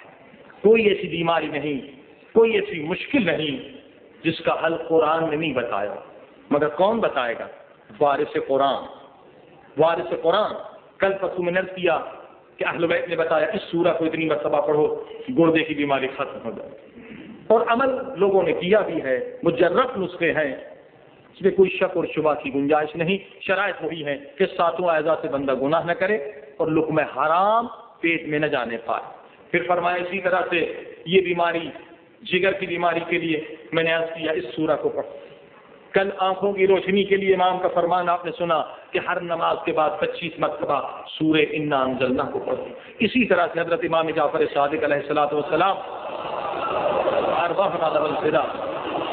امام کا فرمان ہے کہ اگر کوئی بے گناہ قید میں چلا جائے تو امام فرماتے ہیں 1000 مرتبہ سورہ قل هو اللہ کو پڑھے. 1000 مرتبہ سورہ قل هو اللہ کو پڑھے اور 7 مرتبہ سورہ انفال کو پڑھے. کیونکہ بہت سارے لوگ کسی بھی ملک میں بے گناہ قید میں چلے جاتے ہیں. یہ نسخے نجات کے ہیں, دنیا اور آخرت کی نجات ہے. انہیں یاد کر لیں, دوسروں کو بھی بتائیے. فرمایا 1000 مرتبہ سورہ قل هو اللہ اور 7 مرتبہ سورہ انفال کی تلاوت سے انسان گناہ سے آزاد ہو جاتا ہے. چل بات صلوات پر محمد والے. غلط کہا میں نے, انسان قید سے آزاد ہو جاتا. اسی طرح سے آج کیونکہ مولا کی تاریخ ہے ایک نسخہ جامع عرض کر دوں. بہت سارے لوگوں نے مطالبہ کیا ہے مختلف بیماریوں کے لیے نسخے ہیں موجود. انشاءاللہ آئندہ کی مجالس میں ہر مجلس میں ایک بیماری کا نسخہ عرض کیا جائے گا. اگر یاد آیا آج ایک نسخے جامع بتا دیتا ہوں. اہل بیت میں امام نے ایک نسخہ بتایا جو تمام امراض کے لیے, کوئی بھی بیماری چھوٹی یا بڑی یا لاعلاج, فرمایا کسی بھی بیماری میں مبتلا ہو 70 مرتبہ سورہ الحمد, 70 مرتبہ سورہ قل هو اللہ, 70 مرتبہ سورہ قل اعوذ برب الناس, 70 مرتبہ سورہ قل اعوذ برب الفلق اور 70 مرتبہ آیت الکرسی. اور صبح نماز فجر کے بعد ان کو پانی پر, اگر بارش کا پانی ہو تو بہتر ہے, بارش کے پانی پر 7 دن مسلسل یہ عمل کرے. اس پانی کو پیے بھی, چہرے پر لگائے بھی. امام فرماتے جو بھی بیماری ہو اگر وہ شرائط جو میں نے عرض کی ہے 7 اعضاء گناہ سے بچیں, لقمہ حرام نہ کھائے اور محب اہل بیت ہو, کسی مومن سے بغض و عداوت نہ رکھے. فرمایا ان شرائط کے ساتھ اگر اس نسخے پر عمل کرے تو ہر بیماری سے اسے خدا نجات عطا فرمائے گا. صلوات پہ محمد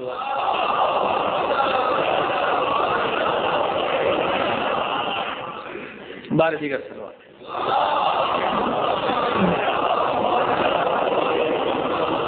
عزیزان گرامی, آج میرے مولا علی کی شہادت کی تاریخ ہے. میں اکثر عرض کرتا ہوں کہ مولا علی کی شہادت کو منانے کے 2 مقصد ہیں. ایک مقصد تو یہ ہے کہ ہم مولا کو پرسہ دیں حسنین کو پرسہ دیں، امام زمانہ کو پرسہ دیں۔ اور دوسرا مقصد کیا ہے کہ ہم مولا علی کی سیرت سے درس حاصل کریں کہ مولا علی ہم سے کیا چاہتے ہیں، مولا علی ہمیں کیسا انسان، کیسا مومن دیکھنا چاہتے ہیں۔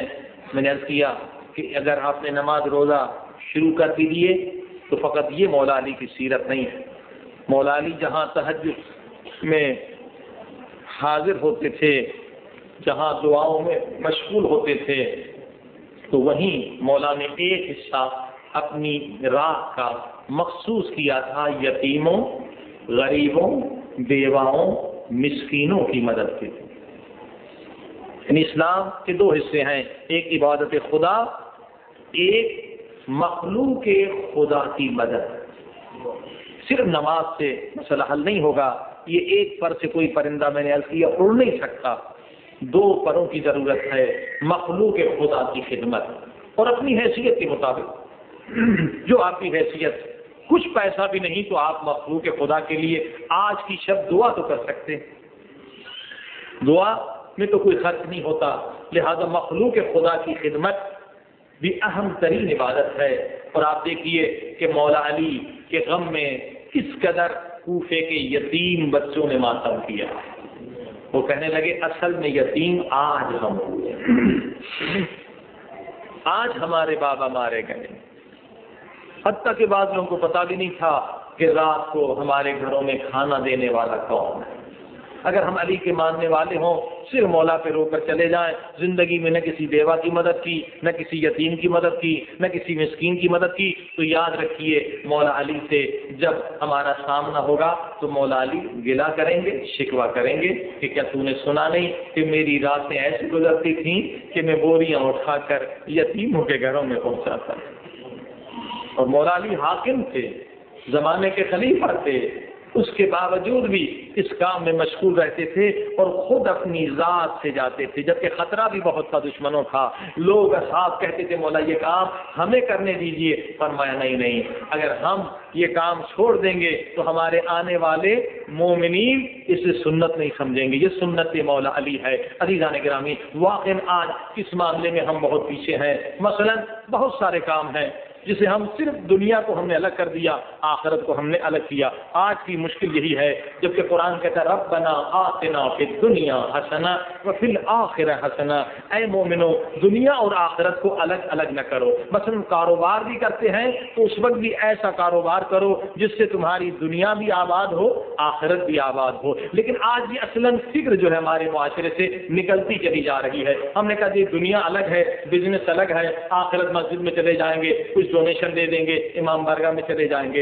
اس وجہ سے آج ہم مشکلوں میں گرفتار ہیں، اس وجہ سے ہم اللہ کے راستے سے دور ہوتے چلے جا رہے ہیں۔ نہیں عزیزان گرامی، اہل بیت کا پیغام، قرآن کا پیغام یہی ہے، ربنا آتنا فی الدنیا حسنہ وفی الآخرہ حسنہ، اے مومنو دنیا اور آخرت کو الگ الگ نہ کرو۔ اسی وجہ سے آج گمراہی پھیل رہی ہے۔ اب میں ایک دو واقعے صرف اس خدمت کی طرف متوجہ کرنے کے لیے عرض کر رہا ہوں کہ بہت سارے علاقوں میں ہمارے مومنین، مثلا پاکستان میں بلتستان اور گلگت میں تقریباً 90% مومنین کی آبادی ہے، وہاں پر غیر مسلمان آ کر ایسے کام کر رہے ہیں جو ظاہراً فلاحی کام ہے، اسپتال بنا لیے، اسی طرح سے اسکول بنا لیے، جبکہ بڑی بڑی فیس سے پیسہ بھی لے رہے ہیں، اور ادھر سے ہمارے مسلمان بلکہ مومنین کو غیر مسلمان بنا رہے ہیں، کافر بنا رہے ہیں، برائیوں میں مبتلا کر رہے ہیں، شراب و بدبختی میں مبتلا کر رہے ہیں۔ اور خصوصاً ایسی جگہ ہم گئے اس سال، گزشتہ سال بلتستان میں، جہاں سینما نہیں ہے، وہاں ایسے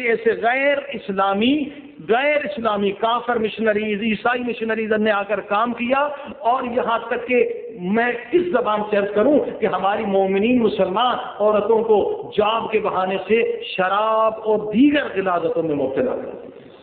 یہ اس وجہ سے ہو رہا ہے کہ ہمارے مومنین متوجہ نہیں ہے، اور وجہ وہاں کیا ہے؟ اکثر وہاں غربت ہے، اکثر ٹیکنالوجی اور نالج اور علم نہ ہونا ہے، جبکہ وہاں پر اگر مومنین جا کے سرمایہ گزاری کریں، وہاں انویسٹمنٹ کریں تو دنیا بھی ان کی بہتر ہے، آخرت بھی بہتر ہے۔ اصلاً کسی کو ڈونیشن دینے کی ضرورت نہیں ہے، یہ مولا علی نے فکر دی ہے۔ ہم کہتے ہیں فقیر کو 1000 روپیہ دے دو، ہم نے خیر کا کام کیا۔ اب دیکھیے مولا علی نے کیا کیا ہے، مولا علی نے زندگی میں 70 باغ خود بنائے ہیں، خود زمین غیر آباد خریدی، اس میں کنواں کھودا، درخت لگائے، جب درخت پھل دینے پر تیار ہو گئے تو مولا علی نے کہا کاغذ قلم لے کر آؤ، اور اب لکھتے ہیں سند کہ میں نے یہ یتیموں بیواؤں کے لیے وقف کیا۔ یہ مولا علی کا طریقہ ہے، یہ نہیں کہ فقط کسی کو دے دو، ان کی اصل مشکلات کو حل کریں۔ عزیزان گرامی، اس لیے میں دعوت دیتا ہوں ایسی جگہ پر جا کے انویسٹمنٹ کریے، آپ کو دنیاوی فائدہ ہوگا، اخروی بھی فائدہ ہوگا۔ مثلا خود ہم نے دیکھا وہاں خوبانی، یہ جو پھل فروٹ ہوتا ہے شاید دنیا میں سب سے زیادہ گلگت بلتستان میں ہوتا ہے، اور کیونکہ ٹیکنالوجی نہیں، علم نہیں، تقریباً بتایا کہ 20 لاکھ ٹن جو ہے وہ خوبانی ضائع ہوتا ہے، ضائع ہو جاتا ہے، اسے کیڑا لگ جاتا ہے، اسے پھینک دیتے ہیں، مومنین دریا میں پھینک دیتے ہیں۔ اب مثلا کوئی لوگ جائے بہت مختصر انویسٹمنٹ سے، ان مومنین کو روزگار بھی مل سکتا ہے، آپ کو بھی نفع مل سکتا ہے، اور وہ جو دوسرے غیر مسلمان لوگ مشنریز مومنین کو گمراہ کر رہے ہیں ان سے بھی آپ ان کو نجات دلا سکتے ہیں۔ یہاں تک کہ حیرت کی بات ہوگی کہ وہاں غیر مسلمان آ کر اسکول کھولتے ہیں تاکہ مسلمانوں کو غیر مسلمان بنائیں، اس کے بہانے سے ان پہاڑوں میں ڈائمنڈ ہے، ہیرا، وہ نکال کے چلے جاتے ہیں۔ اب اس کی جگہ پر مومنین جائے تو خود ان کا بھی فائدہ ہے، وہاں کے مومنین کا بھی فائدہ۔ یعنی مولا علی کی سیرت سے یہ درس لینا چاہیے کہ مولا علی نے تجارت بھی کی ہے، مولا علی نے زراعت بھی کی ہے، مولا علی نے بزنس بھی کیا ہے، مگر مولا علی کے ہر بزنس کی خوبی یہ ہے کہ اس میں دنیا بھی تھی اور آخرت بھی۔ ہمیں بھی اسی سیرت پر عمل کرنا چاہیے کہ دنیا بھی ہو اور آخرت بھی ہو۔ بہت سارے نیک کے کام جو لوگ انویسٹ کر سکتے ہیں، میں نے کئی دنوں سے ایک فارمولا پوری رپورٹ کے ساتھ میرے پاس موجود ہے، ایک مومنین اسپیشلسٹ نے بنایا ہے کہ مومنین ایک میڈیکل کالج بنا سکتے ہیں۔ مثلا پاکستان میں اجازت ہے گورنمنٹ کی طرف سے، آپ پرائیویٹ میڈیکل کالج بنا سکتے ہیں جہاں ہمارے مومنین بچے اس میں فیس سے آپ فائدہ بھی لیں گے۔ ربنا آتنا فی دنیا کا بھی فائدہ ہوگا، آخرت کا فائدہ یہ ہوگا کہ آپ انہیں دین سکھا سکتے ہیں، وہی بچے جا کے دنیا میں تبلیغ کر سکتے ہیں۔ اس وقت افریقہ میں لاکھوں لوگ جو ہیں اسلام چاہتے ہیں، اگر کوئی سکھانے والا ہو فوراً مسلمان ہو جاتے ہیں۔ لہذا ایسے پروجیکٹ آج کیونکہ شب قدر کی رات ہے، آپ نیت کریں آج، انشاءاللہ خدا آپ کو کامیابی عطا کرے، کیونکہ مولا علی یہ نہیں کہتے صرف نماز پڑھو بس یہی دین کا کام ہے۔ فرمایا نماز یہ ایک شعبہ ہے، دوسرا شعبہ غریبوں کی مدد ہے، بیواؤں کی مدد ہے، مسکینوں کی مدد ہے، کیونکہ فقر کی وجہ سے بہت سارے لوگ کافر بن جاتے ہیں، گمراہ ہو جاتے ہیں۔ لہذا فقر کو ختم کرنا بھی یہ مومنین اور ہماری اور مولا علی نے سکھایا ہے کہ آپ کی ذمہ داری ہے۔ صلوات پڑھیں محمد والے۔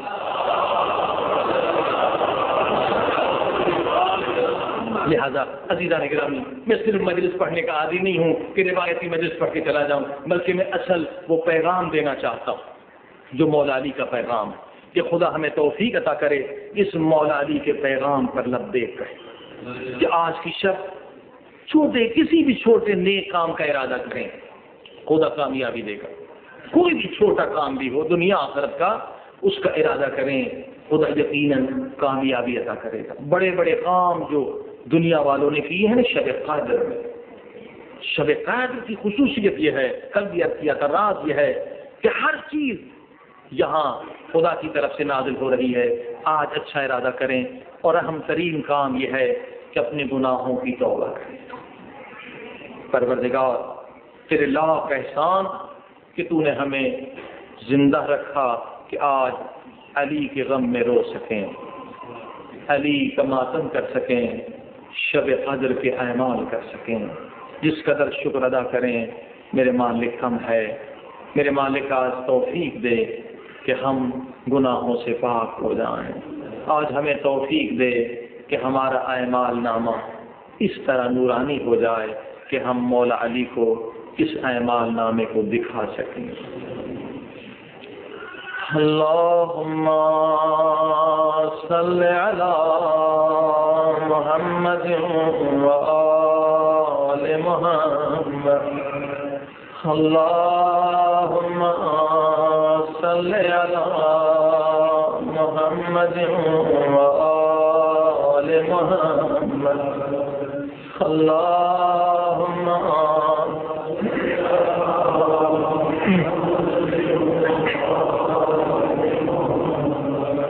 اللهم صل على محمد وآل محمد اللهم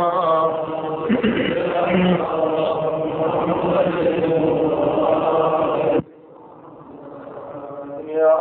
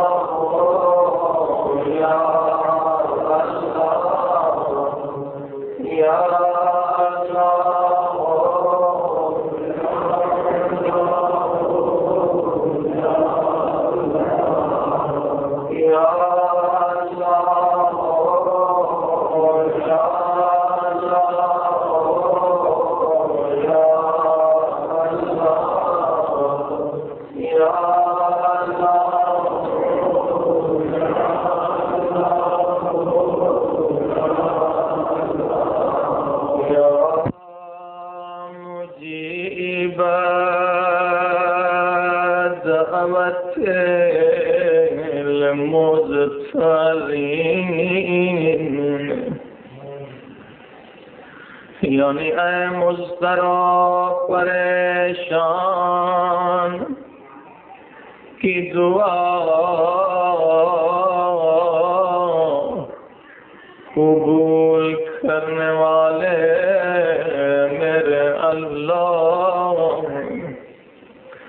میرے اللہ آج زینب کلثوم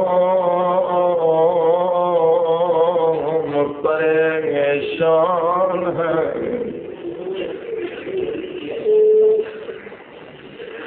زینب نے دیکھا میرے بابا کے سر پہ جو پٹی زرد تھی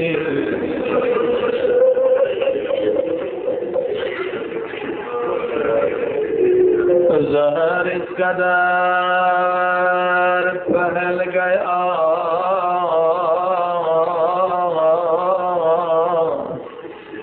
کہ پٹی بھی زرد ہے علی کا چہرہ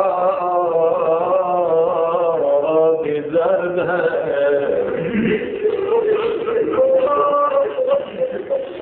سب مل کے کہیے یا غیاث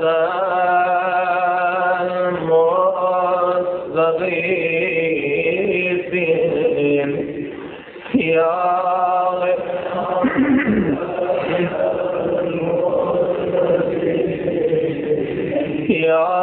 غیاث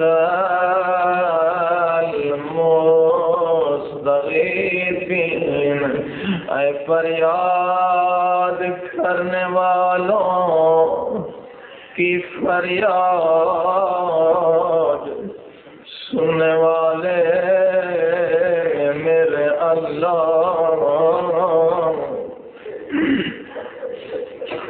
اے خدا ہم نے اس رات کا 1 سال انتظار کیا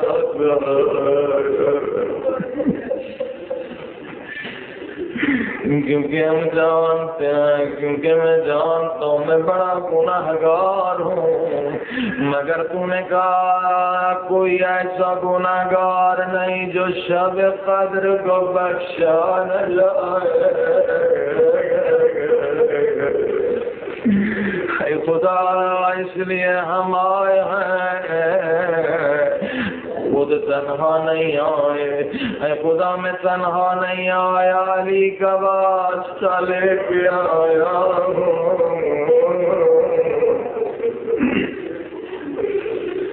اے خدا یہ جتنا مجمع بیٹھا ہوں آدھی رات کا وقت ہونے کا قریب ہے اگر ہمیں درد نہ ہوتا ہم بھی گھر میں جا کے سو جاتے اگر ہمیں تکلیف نہ ہوتی ہم بھی جا کے گھر میں سو جاتے ہیں. میرے اللہ ہم سب اس لیے آیا کہ ہمیں درد ہے, ہمیں تکلیف ہے.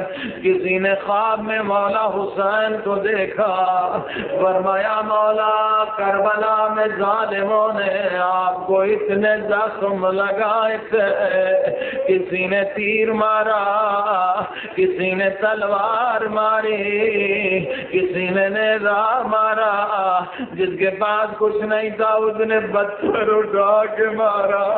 مولا ان زخموں کے لیے مرہم کیا ہے, ان زخموں کے لیے علاج کیا ہے؟ اے عزادارو سنیں گے حسین کا جواب. مولا نے فرمایا میرے عزاداروں کے آنسو آنسو میرے زخموں کا علاج. یا علی عزادار آئے ہیں تیرے زخموں کے لیے یہ آنسو.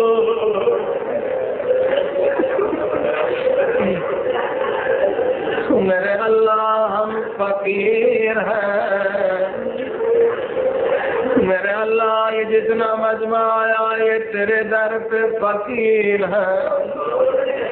میرے اللہ تو امیر ہے, آج ہم تجھ سے خیرات لینے آئے ہیں. ہم فقیر ہیں, تو امیر ہے. میرے اللہ کبھی امیر فقیر سے یہ نہیں کہتا اے فقیر کیا لائے ہو. میرے اللہ تو بھی ہم سے یہ نہ کہنا کہ میرے بندے کیا لائے ہو. میں گناہوں کے سوا کچھ بھی نہیں لایا, انہیں گستاخیوں کے سوا کچھ بھی نہیں لایا. سب مل کے کہیے یا غفار یا غفار,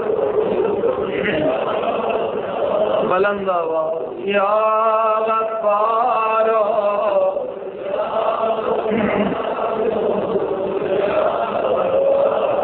سب مل کے یا غفار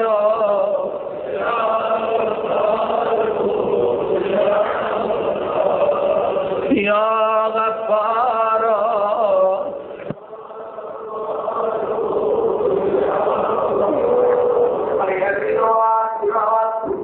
اگر ہم نہ بخشے گئے تو بخشے گئے. آخری رات زندگی کی آخری رات سمجھ کے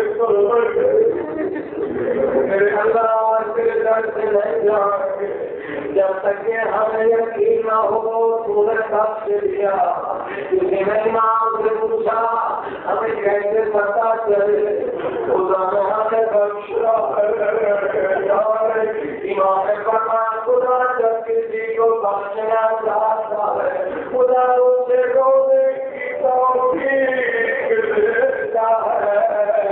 اگر آنسو بہ رہے ہیں شکر ادا کرے, اگر نہیں بہ رہے ہیں فریاد کرے. اے خدا آج مجھے رونے کی توفیق دے, آج مجھے گریے کی توفیق دے. بلند آواز سے گریا کریں, گھٹ گھٹ کے نہ روئیں. اگر آنسو بھی نہ آئے تو فریاد کریں, کیونکہ خدا فرماتا گنہگار کہ رونے کی آواز مجھے فرشتوں کی تسبیح سے زیادہ محبوب ہے. بلند آواز سے چیخیے, خدا خود کہتا ہے یا صریخ المستصرخین, میں چیخنے والوں کی دعا قبول کرنے والا ہوں. سب مل کے کہیے یا غفار یا غفار.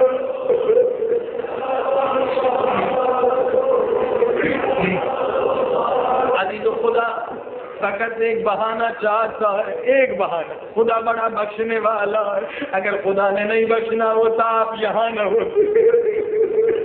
آپ مجلس میں نہ ہوتے، خدا بخشنا چاہتا کبھی آپ مجلس میں بیٹھے ہوئے ہیں، فقط ایک بہانہ کریے، خدا بخش دے گا۔ عرض کرو ایک روایت، ایک نوجوان بڑا گناہگار، کوئی گناہ ایسا نہیں تھا اس نے نہ کیا، آخری وقت سکرات کا وقت ہے، سانس نکل رہی ہے، زار و قطار رو رہا ہے، ماں کی گود میں لیٹا ہوا ہے، چیخ چیخ کے رو رہا ہے، تڑپ تڑپ کے رو رہا ہے، ماں کا دل ہے، ماں برداشت نہ کر سکی، کہنے لگی میرے لال بتا تجھے کیا تکلیف ہے، بتا اس طرح سے کیوں تڑپ رہے ہو؟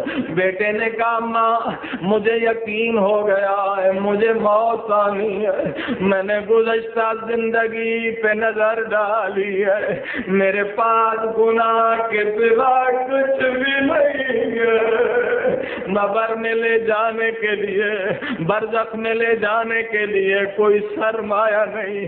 اما جب سے بالغ ہوا ہوں آنکھوں کے گناہوں کو یاد کر رہا ہوں، ہاتھوں کے گناہوں کو یاد کر رہا ہوں، سارے اعضاء کے گناہوں کو یاد کر رہا ہوں، دیکھ رہا ہوں میرے لیے جہنم کے سوا کچھ بھی نہیں۔ ماں کہتی میرے لال میں تیری کیا مدد کر سکتی؟ رو کر کہنے لگی اماں اگر تو نے میری وصیت پر عمل کیا شاید خدا مجھے بخش دے۔ اماں میری وصیت پر عمل کرو گی؟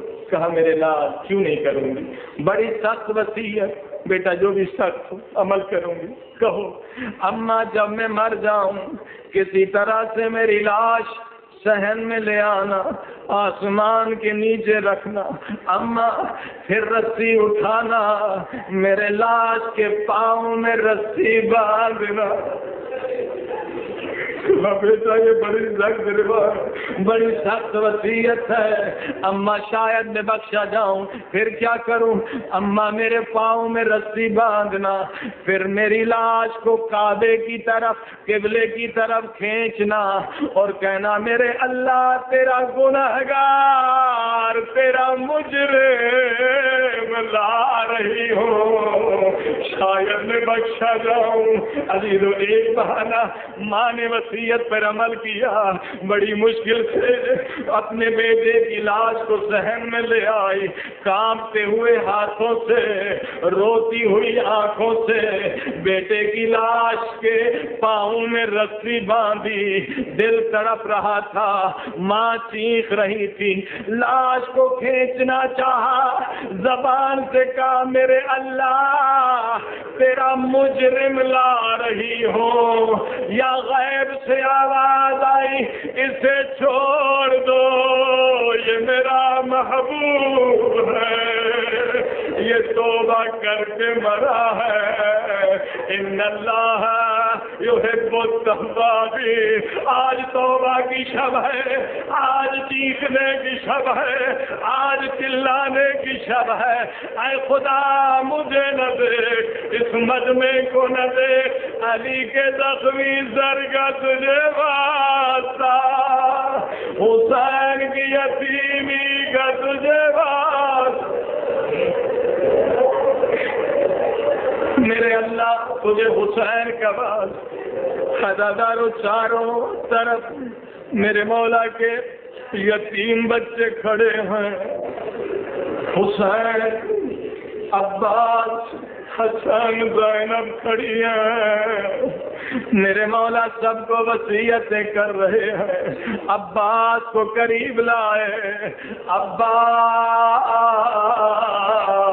علی کے شیر، اے صورت و سیرت میں علی کے ہم شکل عباس، عباس جی بابا، عباس جی بابا، عباس میرے حسین کا خیال رکھنا۔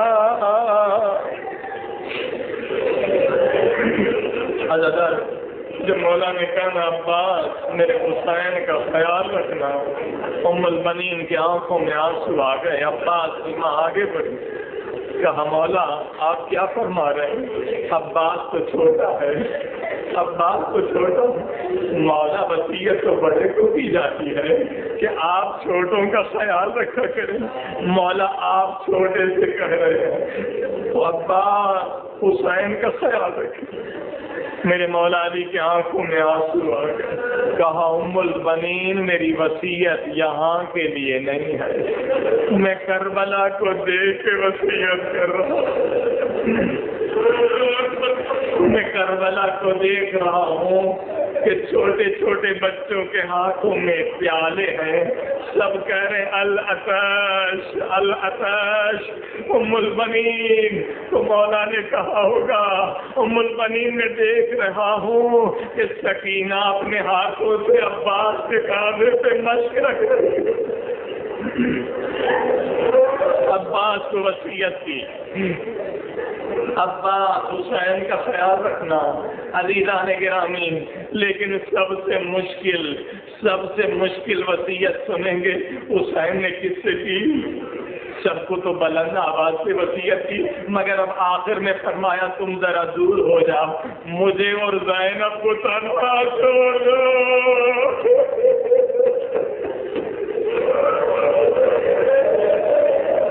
سب سے سخت وصیت۔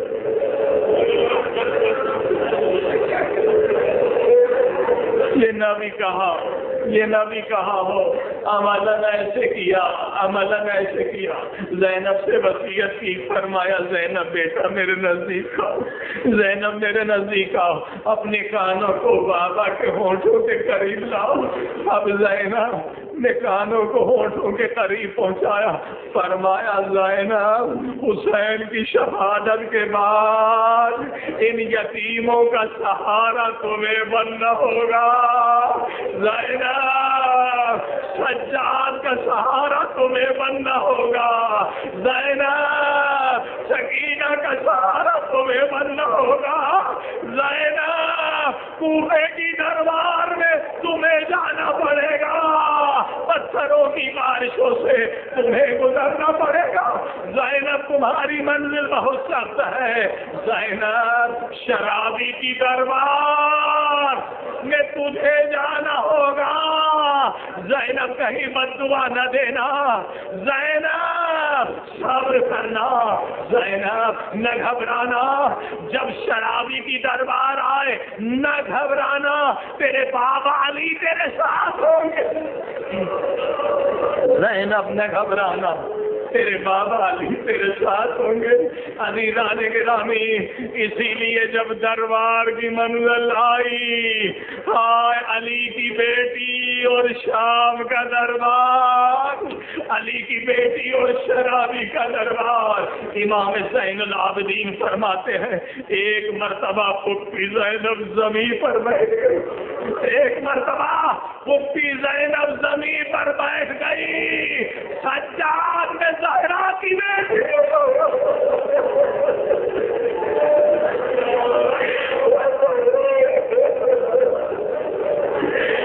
زہرا کی بیٹی ہو، ہم نانا کے روزے پہ بھی رات کو جایا کرتے تھے، آج میرے سر پہ چادر نہیں، میرے ہاتھ بندھے ہوئے ہیں، بس عزیزو اسی منزل پر سید سجاد نے فرمایا پھپھی اماں بابا علی کی وصیت کو یاد کرے، بابا علی کی وصیت کو یاد کرے، ایک مرتبہ